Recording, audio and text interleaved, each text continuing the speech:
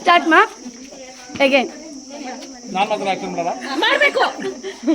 ಮಲ್ಲಿಗೆ ಮನಸ್ಸಿನ ನ್ಯಾಯಾಧೀಶರಿಗೆ ಮಲ್ಲಿಗೆ ದಳಕ್ಕೆ ಸ್ವಾಗತ.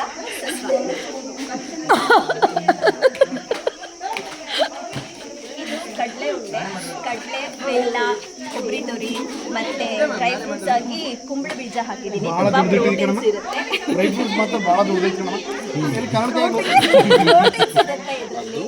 ಎಲ್ಲ ಮಿಕ್ಸ್ ಆಗಿದೆ ಸರ್. ಯಾಕೆಂದ್ರೆ ಹಂಗೆ ಕಾಣಿಸಿದ್ರೆ ತಿನ್ನಲ್ಲ ಅಂತ ಎಲ್ಲ ಪೌಡರ್ ಮಾಡಿ ಹಾಕಬೇಕು.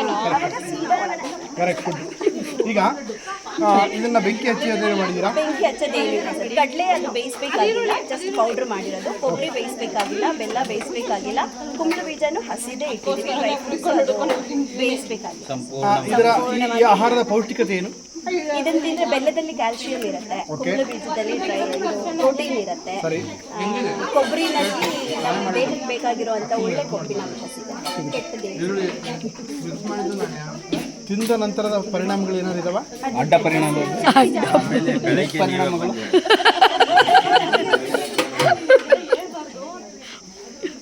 ಇದು ಬಹಳ ತೂಕ ಇದೆ. ಇವೆಲ್ಲ ಭಾರವಾಗಿದೆ, ತುಂಬ ಭಾರವಾಗಿದೆ.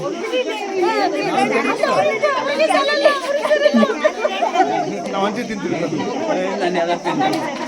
ನಾವು ಇಸ್ಕೊತೀವಿ. ನಾಚಿಕಬೇಡಿ, ನಮಸ್ಕಾರ ಇಲ್ಲ. ನಾವು ಹಂಚಿ ತಿನ್ನೋದು. ಇದಿದೆ ನಮ್ಮ ಇದು ಅಕ್ಕಿ ಯಾರು ಮಾಡಲ್ಲ ಅಂತ ಮಾಡಿದ್ದೀನಿ ಸ್ಪೆಷಲ್ ಆಗಿ. ಅಕ್ಕಿನ ನೆನೆಸ್ಬಿಟ್ಟು ಮಾಡಿರೋ ಅಂತ ನೆನಕ್ಕಿ ಅಂತ ಕರೀತಾರೆ ನಮ್ಮ ಕಡೆ. ನೆನಕ್ಕಿ ಇಷ್ಟೊಂದು ಯಾಕೆ ಬೇಕು? ತೆಂಗಿನಕಾಯಿ ತಂದು ಬೆಳಗ್ಗೆ ಇನ್ನೂ ಚೆನ್ನಾಗಿರ್ಬೇಕು. ಮಾಡಿಲ್ಲ.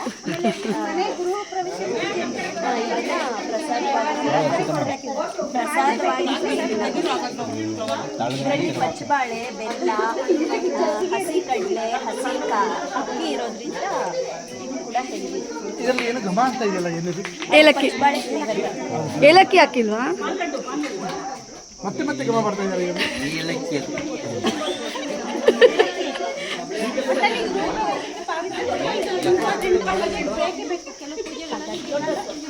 ಮಾಡದೇ ಇಲ್ಲ. ತಾವು ದಯಮಾಡಿಸಿದ್ದೀರಾ ಅಂತ. ಮಲ್ಲಿಗೆ ಮನಸ್ಸಿನ ಏನು ಮಲ್ಲಿಗೆ ಮನಸ್ಸಿನ ನಿಮ್ಮ ಮನಸ್ಸಿಗೆ ಇಷ್ಟು ಪೂರ್ತಿಯಾಗಲಿ ಮೇಳೆ. ಶುಭವಾಗಲಿ. ನಿಮಗೆ ಪ್ರೈಸ್ ಬರುತ್ತೆ ಅಂತೇಳಿ ನಾನು ಆಮೇಲೆ ನೋಡೋಣ.